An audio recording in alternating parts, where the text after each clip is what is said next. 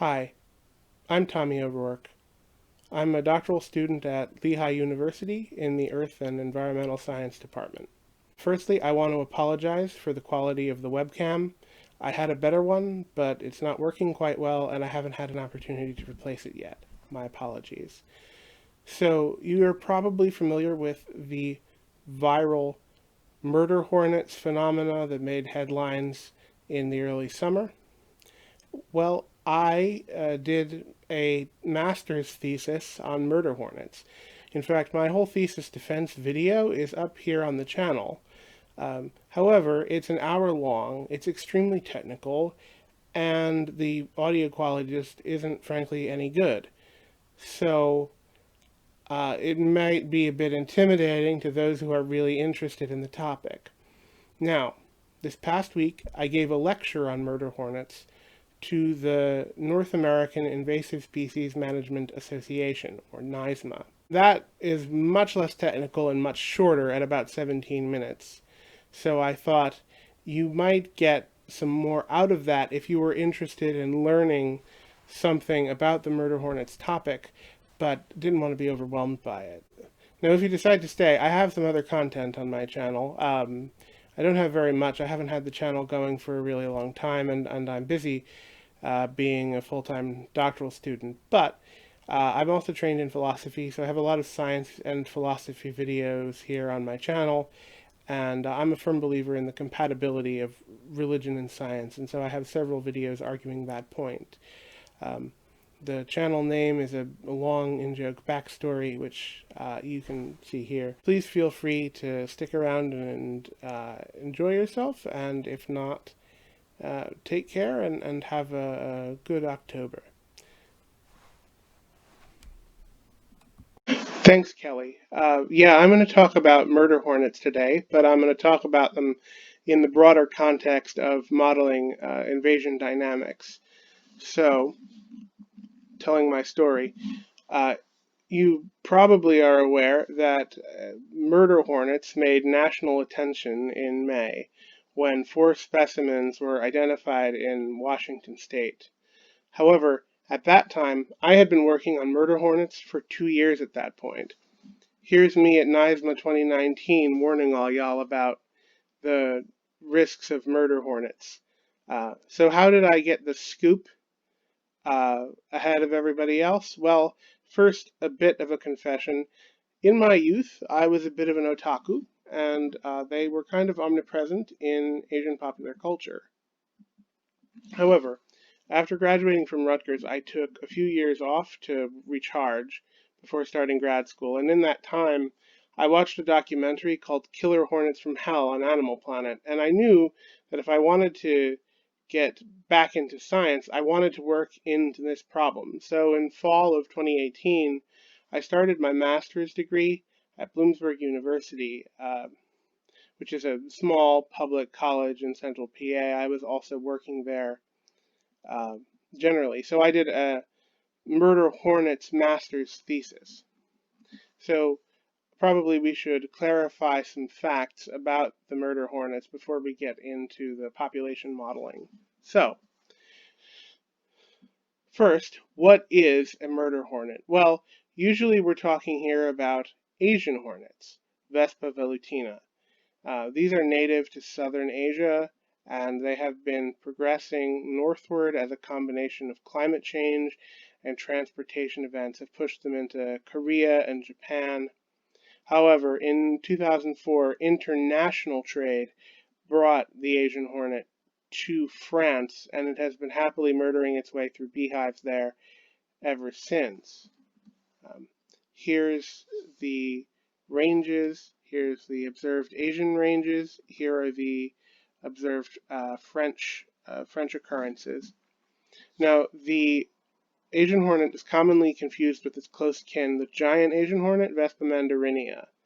Now, the media are reporting that the murder hornets are giant Asian hornets. Now, that would imply Vespa mandarinia, but I haven't been able to confirm the species. And also, I have seen the Asian hornets in France, the Vespa velutina, referred to as giant Asian hornets as well. So perhaps we should be in the habit of taking media claims with a grain of salt. So why are they so dangerous? Well, 1/3 to 2/3 of the protein diet of the Asian hornet is honeybee, and there's obviously huge economic and ecological impacts that will fall out from that. Now, the Asian honeybee, Apis carana, the usual prey, has plenty of natural defenses, but the European honeybee, Apis mellifera, does not have these natural defenses. So the Asian hornet hunts by a strategy called bee hawking. The Asian hornet scout will follow a bee back to its hive. It will go up to the hive, it will mark it with a pheromone, then the scout will go back to its own nest, get its sisters, they will raid and slaughter the hive. But the Apis carana has a defense mechanism. When the scout comes to the nest to mark it with a pheromone, the bees will jump the scout and basically cook it alive in what they call a heat ball, or more humorously, a bee ball. However, unfortunately, most strains of Apis mellifera, the European honeybee, don't possess this ability. So, in order to begin to talk about its uh, population dynamics, we need to talk a little bit about what about the life cycle of the Asian hornet. So what happens is a single fertilized gyne, that is a future queen, emerges from hibernation and builds a small primary nest. In there, she'll raise her first round of workers. Then she and the workers will build a much larger secondary nest, seen here, where they'll make many more workers and also produce numerous new gynes, hundreds of them. And then, as late fall, early winter, the whole colony will die, and the gynes will leave the nest, they'll mate, and they'll hibernate to start the cycle all over again in the spring. Here's just a graphical representation of that. So what habitat do they like? Well, they can handle temperate conditions just fine, but they seem to enjoy warm and humid conditions. They don't like it to be too cold, especially in the winter, where the gynes are unlikely to survive hibernation, and they don't like really dry areas. They also seem to have an attraction to urban environments, and they like areas with rivers associated. An active fishing port would also be a bonus for them. They seem to enjoy seafood protein as well. So if I were going to give the murder hornet an ideal place to start an invasion from, I'd probably guess New Orleans. So I want to talk briefly about invasion theory generally. So first, it's important to distinguish between an invasive species and simply a non-native species. An invasive species is a non-native species, but one with a high capacity to spread and thrive in its new range. And of course, the Asian hornet has proven itself to be a proper invasive species.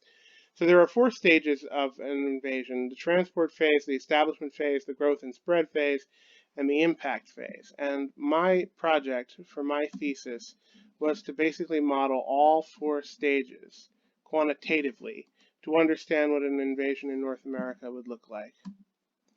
So, the transportation phase. Now, I know that that's actually the subject of our session here today, but unfortunately, this is the thing I have the least bit of information for you, although it may be irrelevant anyway since they're clearly here now. But so typically when we do transportation analysis, we're looking for pathways, known vectors, known goods that the invasive species is associated with. And so we can then calculate the amount of that good imported to work out the probability. The problem with the Asian hornet is that we simply don't have that information for the Asian hornet. There's no particular good associated with it, and there may not be a good at all associated with it, because these creatures can hide in superstructures. So they might be shipped over in an oil tanker because they got inside the oil tanker and are hiding, let's say, in one of the rooms. But we can say that there's a biologically relevant period, that winter to early spring period when they're at their most dangerous. And so if we take that to be January to March, then we can work out some quick calculations. We can suggest that, well, 5.461% of US imports by value into the United States could serve as potential vectors. 9.34% of Canadian imports could serve as potential vectors. Of course, we have to take all of this with an enormous grain of salt. So the establishment phase. And you know what you're thinking, why don't we consider establishment and growth and spread the same thing? Well, when a species disembarks its vector, uh, it tends to stay in the immediate area for a while, and that can be for a few reasons. One could be inbreeding, in which case it may fail to establish entirely. It may take time to adapt to local conditions, and it can need a certain population density to incentivize its moving out. This is known as the Lee effect. But of course, if the initial environment is unsuitable, it won't establish. And so how do we measure ecological suitability? Well, typically we use something called habitat distribution modeling or niche modeling. In this case, we take occurrence data, we take relevant environmental data, and then we either do some kind of statistical regression or some kind of machine learning algorithm to try to predict how well a given piece of territory uh, will fit the niche and the habitat needs of the species. So for this work, I did a logistic regression model. I used two different, excuse me, I used two different methods. So the input was mean annual rainfall to account for their humidity and mean winter temperature to account for their preference for warm winters. So in order to do this modeling, excuse me, in order to do this modeling, I did an open source generalized linear model logistic regression in R, and then the not so open source version in JMP Pro. To actually carry out the logistic regression, I used a Python script to access occurrence values and then do something called pseudo absence random sampling, which is necessary for logistic regression. After I ran my logistic regression model, I then used another Python script to build rasters, which are a form of map file, to generate a heat map of where the Asian hornet was most likely to occur. And then these were graphically represented using the program QGIS. So this is the model that JMP Pro came up with, and this is the one that R came up with. And here's the JMP one stretched over a map of the United States. So you can see that there's this big gap here in the middle of the continent. So let's see, we're talking about an invasion starting here in California or Washington State. It's not going to spread naturally to the East Coast. It's going to mostly spread down in here. So it would probably require an additional transportation event, probably a food truck shipped from the West Coast to the East Coast. And even though this model is a little bit more favorable for this area, it's still showing this big gap here. So after it's established and we know what area is good for it and what area is bad for it, now we want to study how it migrates out of its initial pattern, reproducing, spreading, etc. So we can do this with some dynamical systems theory-based population dynamics modeling. Now, the math here is going to be a little bit technical. You kind of have to have at least Calculus 3 to understand it, but I think that it's not too difficult conceptually if you don't have that background. So I have this intuition. The total change in population is going to be equal to the change caused by moving around and the change due to reproduction. So just in calculus notation, we can write that way. So let's assume that the population growth is logistic, as it usually is in biology. And let's assume that the organisms spread by random diffusion. So what we can do then is we can use the two-dimensional heat equation plus the logistic growth equation to give us our differential equation. So innate rate of spread, concentration gradient in the x direction, concentration gradient in the y direction, innate rate of growth, population carrying capacity. So this is a smooth model. It assumes uniform spread, growth, and carrying capacity. Of course, that's quite unlikely. So what we would want to do is generate a set of spread, growth, and carrying capacity for each point in our model. We call this a patched model. And we can do that by making our constants position equations, like so. Now remember, this is a differential equation. This is the change in population density. I want the actual population density, so I have to integrate. So our final continuous model is this monstrous equation. It's called the Fisher model, Fisher-Skellum model. It's been in the literature for decades. And what this looks like, excuse me, what this looks like geometrically is you have some kind of distribution of the probability of uh, a nest occurring, and then it's going to rise to carrying capacity, and the bell curve is going to spread out in waves. Of course, there's a problem with this. Real organisms do not reproduce continuously and spread randomly. So after doing some more research, I found that there may be more biologically accurate models. So I'm just going to cycle through this because I forgot to change the transitions. So we can use the Archer model of growth, which was specifically designed for Vespids, to calculate the number of nests after time has passed. And we can use a Markov chain model of spread. This bit is just the formal definition of a Markov chain. We have some environments, we have some probabilities of moving between those environments, and we can calculate it out mechanically. This is a graphical representation of a Markov chain. So to do this, I did another Python script. For the continuous model, I calculated an initial distribution, a Gaussian distribution, and I numerically solved that monstrous integral. For the discrete simulation, I put one nest at exactly 1 pixel and alternated between growth and spread according to the Markov-Archer equations. And for the values, I filled those in from the literature. So this is just the program architecture. This is what the model looks like for the continuous model as the population spreads out. That's what the discrete one looks like. This is an interesting case. So if you have an area that is not highly suited for Asian hornet, you get these donut-shaped geometries and these negative pressure densities in the middle of the shape. So I picked some ports, some of them because they were, major ports, others because I thought they were interesting. And I ran my simulations. And here are the distributions I've got. This is the continuous distribution. This is the discrete distribution. They're only marginally statistically significant in their differences.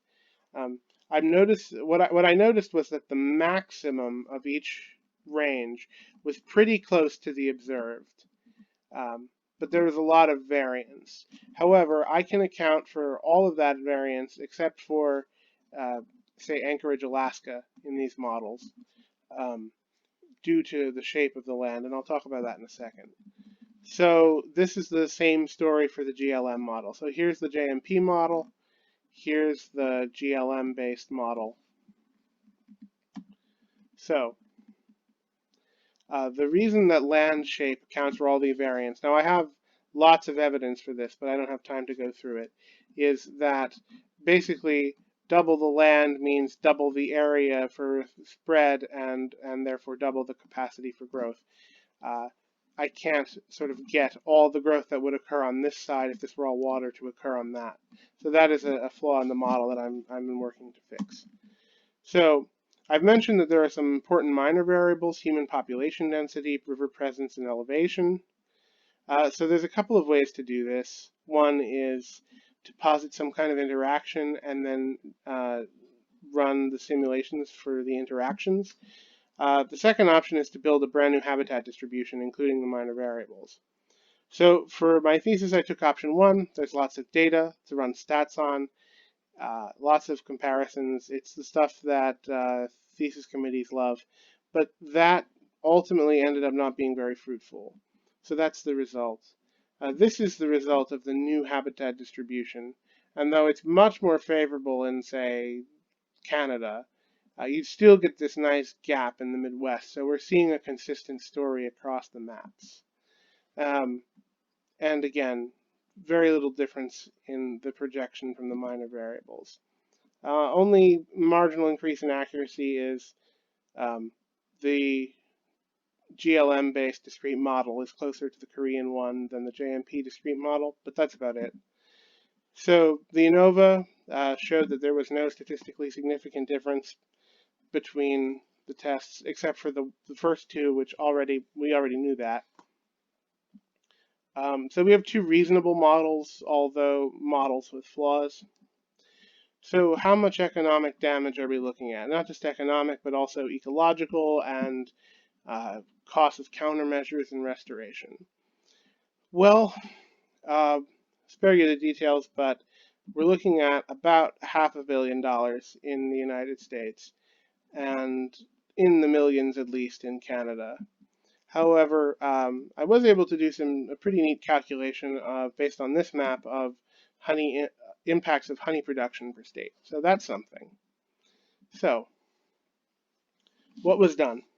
This was the first major study of the Asian hornet in North America. It involved 48 hours of computer simulations, 73 gigabytes of output were generated, 50 pages of source code, and of course I'm disseminating my information to you fine people here at naisma, and I'm interested now in switching to my publication phase of my work.